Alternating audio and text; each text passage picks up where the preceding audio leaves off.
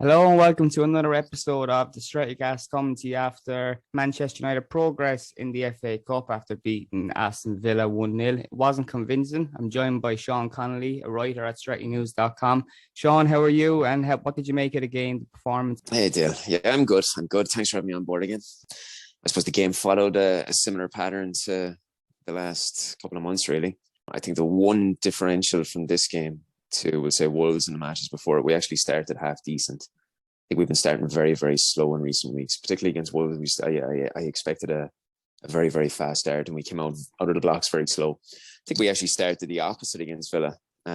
People will probably put that down to Villa starting slow as opposed to us starting fast. But we came out of the blocks good. I think the switch to the two wide players, bringing Rashford out left and Greenwood out right to begin with, immediately paid dividends and gave us an option and an avenue to be able to switch the ball out left and right. And I suppose we got the goal from that very early on. But ultimately then, as recent weeks have shown, we kind of fell back into our old ways and became a very, very tough spectacle. Went from one of being end-to-end to kind of United hanging on. And I don't know. It's we were very lucky to get through, I think. I don't think when Ragnick says he wants to control games, I don't think it's the same meaning as Mourinho. I think he expects that games will be kind of back and forth. Other teams will get chances, but the transition needs to improve. The way United press needs to improve. And I think against Villa, there was phases of the game in which you could see that the players are starting to press. It's not perfect. No one expects it to be perfect, but it needs to be better. And the way I described it on the newsletter this week was deep pressing rather than gegen pressing. It's still not quite right, but I think against Villa, although the performance itself wasn't great, there was some signs, Shaun, that the players are carrying out what Ragnick is asking them to do. Because No, I agree. In the days prior to that, it was met with just constant media speculation of crisis in the dressing room. It went from 11 players wanting to leave the club to 17. And it looked like Ragnick had walked into an absolute disaster. Now, the players responded to the defeat against Wolves. They progressed in the FA Cup. Performance wasn't great, but I don't think there was as many players in that game that you could say didn't work hard. The players there didn't play well, but in terms of working, I definitely saw it against Villa. Yeah. Well, look, there's a couple of things you've touched on there, and I largely agree with all of them. We're not seeing the famous gegenpressing, but you can't be deluded enough to think that a man is going to come in on Monday and by Wednesday everything is going to have changed. These things take time, and also with the transition of one coach and backroom staff to another, things will often regress further before you can actually see progression. I thought like you said, in periods against Villa, we controlled the ball. We did press. In other periods, we fell off, but there was signs, and ultimately we got the results. It was painted very much as though we were under the cap for the full game, and that we were incredibly fortuitous to come out of it. Now, it wasn't. That's not completely the case, though, is it? No, it's not. Because look, I'm not going to tailor back on what I said. I feel there is an element that we were lucky to get through, but then in looking at it from the complete perspective of 90 minutes, Villa had a couple of clear-cut chances. So did we. There were several moments like where, obviously the most talked about one where Greenwood broke down the right, Rashford in the centre, and you had the scenario of him not squaring it to Rashford for an easy tap-in. We had plenty of opportunities, and I think there was plenty of moments whereby we did press and we did look good. It was pressing in moments, and touching on what you said about players not trying. Obviously Scholesy has come under the fire there for I suppose something that's been naturally taken out of context and what he said totally. But he too, during that particular passage of conversation, said that you can't really look at this group of players and say that they're not trying, because they are trying. It's just you get to the stage of whether or not they're good enough. And look, paper never refuses ink, Dale. And the media love a good story about Manchester United. So 11 turned 17 could be 23 by tomorrow. It's just it's whatever's going to sell articles and sell stories. You know that yourself. Another big topic from the game were, well, Villa had one goal disallowed, which was rightly, well, no one can complain about it with the offside, but the main talking point was the VAR incident, which took about almost 4 minutes to come to a conclusion. For me, it was pretty clear.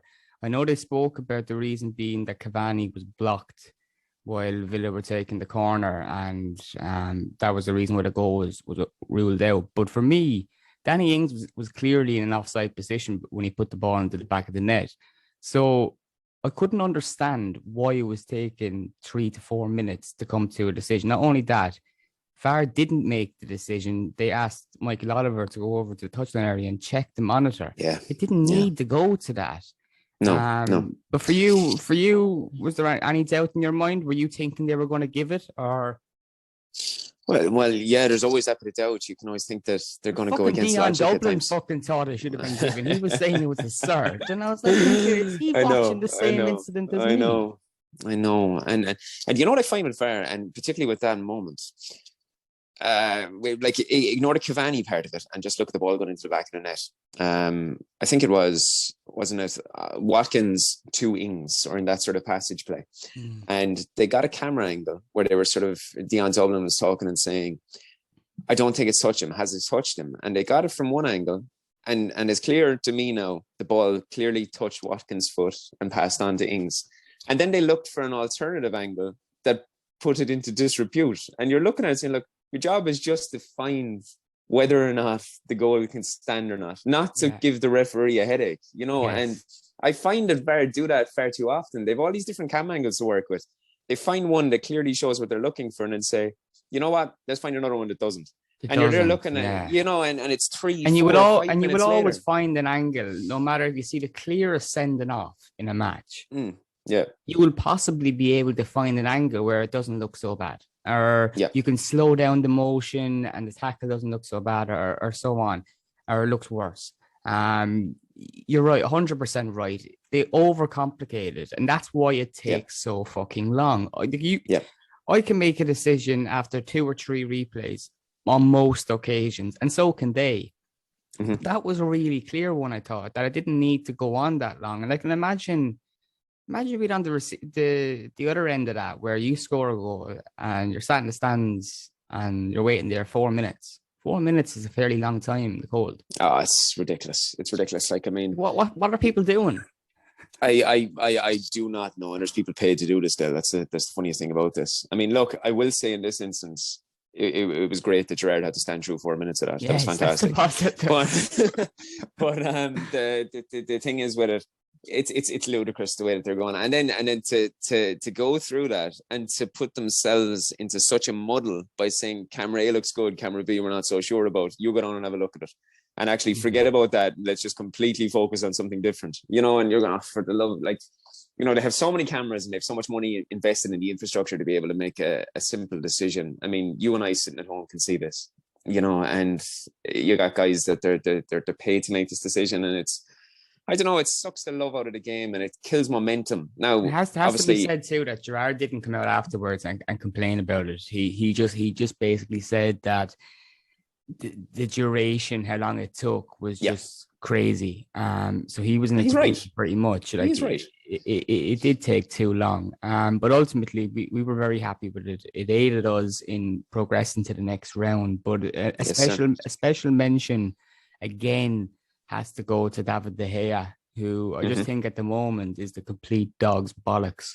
Every game he's saving us. We're so over-reliant on him, which, let me get to, because I don't think it's a bad thing to be reliant on a goalkeeper. Well, it is. It's not a bad thing to have a goalkeeper you can be reliant on, but it's a bad thing that every week you are reliant on the goalkeeper. If consistent months your goalkeeper is voted player of the month, it's happened in November, it's happened in December, and it's probably going to happen again in January. So we're looking at another season where De Gea will probably get player of the year. Great for him. And it's great too that this is a player last season so many people were writing off and suggesting that he was past it. But right now, I'd argue we've one of the best goalkeepers in the world. But But Shaun, against Villa again, Ragnick said that he was unbelievable. He'd say, but he'd argue that United are just giving away too many chances. De Gea is having too many saves to make. So basically he's part of the conversation, but you don't really want him to be the focus. No, you do not. Of course not. And even go back several years when he was, I think, considered by most to be the greatest goalkeeper in the world, at least the greatest shot stopper in the world. And the amount of player of the year awards that he won. It's, as you said, it's fantastic for him. It's just rewards for his amazing performances, just like the Player of the Month awards. But it really, really highlights the fundamental issues that are at play at the club at the moment. And obviously, a goalkeeper is there to stop the ball going in the net, and he's doing it as good as anybody, if not better than anybody in the world at the moment. So I'm delighted to have him there. I myself wrote an article last year comparing De Gea and Henderson, obviously statistically, on what I was looking at, and he looked a shadow of himself. But it just goes to show that this, I suppose, that all form is temporary, class is permanent, isn't it? Yeah. He's outstanding. But yes, it's pretty misfortunate for Henderson, because coming into this season, he was in the frame, and I think he would have started the season in goal if it wasn't for COVID-19 and his recovery. What happened then was, we're talking about De Gea now being unbelievable, got back to his best form, so there's not really a route in for Henderson. Jonathan Strager, a friend of Stretty News, tweeted last night that Henderson is more than likely going to leave in January on loan because he's committed to Manchester United, which is good news, because I was kind of fearful that with this, that he might decide that, right, my time at this club has come to an end. It's time to now move on. But fortunately, that doesn't seem to be the case, because I do think eventually Henderson can become first choice at Manchester United. It's just a matter of when. And with De Gea, if he continues this form, we're probably looking at another 2 or 3 years as with him as first choice.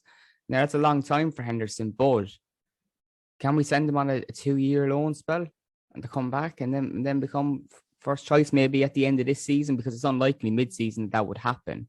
But I do like the sound of him going on loan and not giving up on his time at Manchester United. Yeah, well, he needs first team football, particularly when you're talking about the national team and you're talking about World Cup and international tournaments. Like he wants to be in the reckoning for that, people need to look at the broader picture. Like Henderson got this enormous contract. Like he's like top 10 paid goalkeepers in Europe at the moment, isn't he? And he got this enormous contract. And people need to realize the commercial value to our wonderful owners with that, because this contract that he got increases the valuation of the market of the football club. So the owners don't care that he's getting that money. This is more so a situation that he needs to play. He was so unlucky with what happened, because I agree with you. He's starting the season as our number one keeper, and he had earned that. And there's certain aspects of his game that still could suit what Ralph Rangnick wants.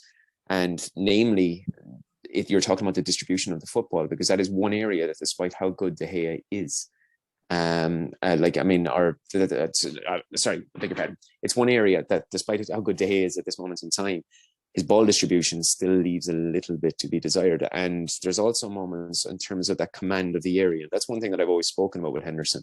We noticed a decrease in opposition players when Henderson was playing, marauding down the touchline and lamping balls into the box, and particularly from set pieces, of putting a set piece right in the 6-yard box on Henderson, because his command of the area was so strong that opposition teams, they knew this. Now, De Gea gets that a lot, because De Gea can be physically pushed around the place. He's a little bit meeker. But for that opportunity against Villa, actually, to touch on it, when Watkins hit the crossbar, the ball comes down long. Lindelof obviously could have dealt with it better than he did, but he put it in a position where I feel that if Dean Henderson is inside goals instead of De Gea in that particular moment, Henderson rushes out of the box and hoops that down the field. Mm-hmm. Now, I don't know, can you visualize the exact moment at this time, but there's a fine line between the dynamics of a goalkeeper, and De Gea's strengths have always been his shot stopping. But he has fundamental errors in his game that have always existed, regardless of the awards that he's received. And Henderson is very, very strong in that area. Now, I don't see any manager Solskjaer, Ranić being able to make a decision of dropping De Gea as to how good he's playing at the moment, because he's keeping us in games, he's winning us points. So Henderson has that opportunity and that choice to make as to tick off all those boxes, as I said, about getting into the international reckoning, about getting first team football. And he's good enough as well. Of course he is. But I mean, I would like him to get out on loan. I think we have enough cover there in terms of reserve. How many games has Henderson played this year? So whether it's yeah, so you're talking about Tom Heaton being there, you know, and he doesn't really get overworked to the point where you're talking about him being overplayed. I mean, the only barring sort of travesty on this is if there was an injury there, but I would like to see Henderson go out on loan and also stay committed to the club, because I feel like it's not a special mention for the League Grant Committee, no. Lee Grant is there. Lee Grant is holding the fort up. He's you never know. You never know. He just never know. You never know with this club. He's probably set for a new fucking contract. But before we move on to the main topic of conversation after this game, Dion Dublin did mention that Scott McTominay was man of the match, which I could not disagree with more. Raphael Varane was faultless against Villa. Out of all the players on the pitch, you're talking about De Gea, was brilliant. Varane did not make a single mistake at the back. Again, he just breathes calmness at the back. Brilliant performance again. So it's great to have him back in the team. Another clean sheet. Talking to Gea, talking Varane, responsible for that. So moving on, at least Rangnick is shoring us up a bit at the back. If I want to give any bit of positivity from his time in charge, you know, we leaked so many goals this season, so many stupid goals. We're still conceding from set pieces. Set piece coach isn't really doing his job. and not scoring for him. Yeah. And actually, that clean sheet against Villa, that was only our second home clean sheet in 20 games. Yeah, that's poor. Like the defensive record, the clean sheet tally needs to really improve between now and the end of the season. But the main talking point is Marcus Rashford. What is wrong with Marcus, Shaun? Where do you start? Well, the thing is, look. To jump into it, there's people saying that his body language is wrong. Completely agree. People saying that he has an attitude problem. Completely disagree. I don't think they're the same thing. You look at players on the pitch. Is he trying? Yes. Are things coming off for him? They're not. They're not coming off for him. And I think that could be one of the biggest reasons as to why he is unhappy at the moment. I think he's come back from his surgery. We finally have him pain free. Finally, but things aren't clicking, and that's making him very, very unhappy. I don't think this is a player that is throwing strops in the dressing room. I don't think he's causing problems. I don't think his body language is as a disrespect to us supporters. I think he is trying, but nothing is working for him at the moment, and that happens, players, Shaun. Mm-hmm. Well, yeah, like I mean, against Villa, particularly when he been pushed out left, he had so much of the ball, and as you said, it's just not quite the last little piece just isn't quite coming off for him. And he didn't go for the ball when Greenwood played the low one in. Now, what was strange about that was I didn't think he was going to get to it, but effort. I think he was pissed off with the ball not being played to him, but that's not the point. And if I'm not going to excuse him on being unhappy, whatever, if he's not going to make an effort. I did think in his performance overall, he did try, but in that moment it was strange. It was very telling at that moment, Shaun, that all is not well, and there's something very, very wrong. Well, it certainly looks that way. Yeah, I mean, if I was put in the spot, guns ahead, and asked to, like, why does he look the way he looks? Why are photographs showing him miserable? Personally, I did this the last couple of days. I think they're about 2 or 3 years in the making, really. You know, this is a guy that broke his back, like not just a small injury. He broke his back. He played through injury, carried the team for large portions of the last 2 seasons while not being 100% fit. I suppose suppose I, like many people, questioned the decision to delay the surgery to go away with England. But look, that's his own decision. And he's come back, and we're hopeful that we've got this guy who's had close to nearly 80, 85 goal contributions over the last 2 years. Such a young guy, such talent, globally recognized as a superstar, and a guy that can really push on to the next level. I think it's fair to say, alongside Greenwood, you're talking one of the most prolific talents we've had from the youth system. And he's just come back now. And is it a combination of torment on social media, a combination of torment through the media itself from these professionals who have targeted him for his charitable work and the great work he's done outside of football, and just continually highlighting for no particular reason that he's taken his eye off what is first and foremost the game that puts, I suppose, food on his own table. Yeah, if there's one thing that pisses me off, it's people of the opinion that Rashford should focus on his football. And stop trying to feed poor kids. Yeah, it's not interlinked. And if anything, if he was celebrated for being such a good fucking person, that should make him feel better. But he's not celebrated. He's not celebrated by everyone, because there's people out there that have little problems. I call them problems, agendas and problems. Yeah. And they can't see someone doing good. And you look at it as well, like Ranić is a guy who is very, very clear and vocal in that his team selection is based on how well players apply themselves in training and how well players try to adhere to his structure and his instructions. He openly came out after the game, was asked what's going on with Rashford. And he said himself, I don't know. But he said he was in the team because he has trained so well in preparation for the game. Now, this is a guy, if he's training that well that the coach is mentioning it in the post-match press conference, this is a guy who's trying. He's applying. And against Villa, he got so much of the ball. And I was so happy to see him out wide, because every time he got the ball, like, we were able to spread the game with such ease. Like, and when he got the ball, you're thinking, fantastic. Look, we can spread it. We've got this dynamic now. I mean, I'm not against the idea of this 4-2-2-2 system, but you can't just put square pegs in round holes from the get-go. It has to be something that's implemented over time. I mean, United is a team that's built on this foundation of fantastic wing play and marauding wingers, fullbacks, and Rashford is great at that when he's on tilt.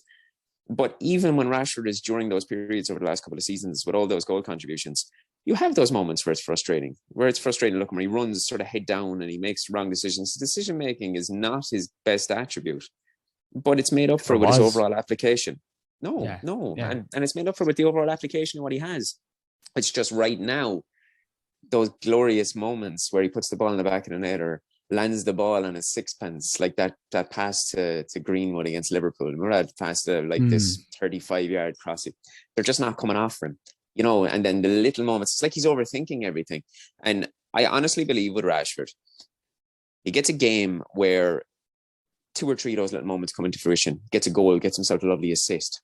That'll breed this confidence. I think so many too. Players. Yeah, and like so many players in these squad, they're confidence players. Same with Tony Martial. Tony Martial is the greatest example of a confidence player I think I've ever seen. And when things are going against him, like, the entire world is against his football team right now. I mean, they're always against the football team, but now they're everything is rubbish, not trying, unhappy, unrest.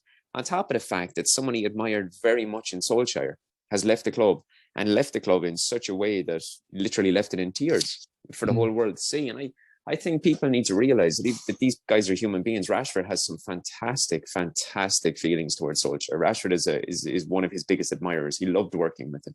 And I think that can't be brushed aside, that it's affected Rashford as well, that someone who he had admired as such a mentor is now gone as well. And but it's interesting too. It's very interesting to point out that you say that, because Jason Burt from Telegraph did a piece on Wednesday pointing out that Manchester United are to blame for Marcus Rashford's crisis at the moment. That's where he described it. So he said that he has never had a manager at the club that has put his arm around him, and in a way that he has developed his game, because Van Gaal didn't have much time with him, did bring him through. Mourinho, from what I know, didn't really pay much attention to his attacking players. They were kind of trying out to do what they had to do while the team itself tried to control games. And under Solskjaer, it is said that he did not spend much time on the training ground, and that when Rashford did ask for help, he didn't get any, which I thought was an interesting note in the piece, because like you, I was always of the opinion that Rashford held Solskjaer really, really highly. There was a great working relationship between them, because when Solskjaer came in, he spoke about working with the attacking players. So, but according to Jason Bird, Rashford didn't get the support he needed from Solskjaer. I just thought that line was very strange in the piece. We do have it on the blog as well. I pointed out that Manchester United are being blamed for Rashford's crisis, which I personally think is going a bit far, because I bet you if you ask Jason, sorry not to interrupt you, but I bet you if you ask Jason, why are you saying that about Solskjaer? I bet you he'd draw into that press conference where Solskjaer, tongue-in-cheek, made reference to Rashford needing to now pay attention to what he's doing, and first and foremost. And then he had to come out after it and say, oh, like my words were completely taken out of context there. We're so proud of him. And I guarantee you that's what they'll draw you toward. Yeah, no, absolutely. But the point is, like, he's had 3 managers now, and to say that he's never been coach, I think is a bit bold. I don't think Rashford, if you asked him, would agree with that. Because prior to his injury, and there was a few months where he wasn't playing well, but we were all excited about Rashford coming back from the shoulder operation, and that's telling that he's such a highly rated player. This isn't someone who we felt, we were talking a few months ago, was being coached poorly by managers. You know, not at all. I think he's going through a rough patch. And like you, I think if he can get an assist or a goal in the coming weeks, it'll really lift him. But it hasn't been a great season for him. No, it hasn't. It hasn't been a great season. But it's literally less than a year that the narrative was Solskjaer knows there's a noose around his neck, and that the only reason that he's staying in a job is he's overplaying a clearly injured Marcus Rashford who's saving his job. And you're like, that's the narrative back then. And now all of a sudden, when Solskjaer isn't there to be the whipping boy, all right, let's shift our focus now. Let's shift our focus to the literal walking saint who bleeds this football club and is just going through a bad patch. And instead of maybe just getting behind him and try to big up this player who inevitably could help the nation in the upcoming tournaments, let's just instead let's further emphasize just how poorly he's playing. Like, everybody knows it's not going to plan for him. You know what I mean? Everybody knows that at this moment in time, he's going through a difficult period. But instead of jumping on this bandwagon of really overemphasizing how poorly it's going and writing nonsensical articles about how all these gifted football managers have had no time for him and not developed him in any way, shape or form, I feel like it just needs to really, really be reassessed. I really do. You see, the bandwagon, well, you can blame those for jumping on it. It exists because people in position are spreading shite. And I'm talking about Steve McClaren, who watched the performance the other night and questioned Rashford's attitude. You know, absolute shit talk. And I can see your gesture in the camera. Like, what my problem with this is, people listen to Sky Sports and are watching it, and they take in what people are saying. So if Steve McClaren's coming out saying that Rashford has an attitude problem, there's a good chance a lot of people listening there are going to take that opinion with them onto social media and take it as truth. Now, I don't claim to know Rashford, have interviewed him, have dealt with his people close to him. I would not put it down to him having an attitude problem at all. I know I've said this already, but for people like Steve McClaren, who knows that in his past jobs has been assistant manager to Alex Ferguson, his opinion on the club when he speaks, whether we listen to it or not, it carries weight. It makes headlines. And it's the reason we're talking about it now. I just think that people like Steve McClaren need to be more careful what they're saying. Does he know Marcus Rashford enough to say that he has an attitude problem? Is he talking to people close enough to Manchester United to say Rashford has an attitude problem? Because those people, I have never heard from them.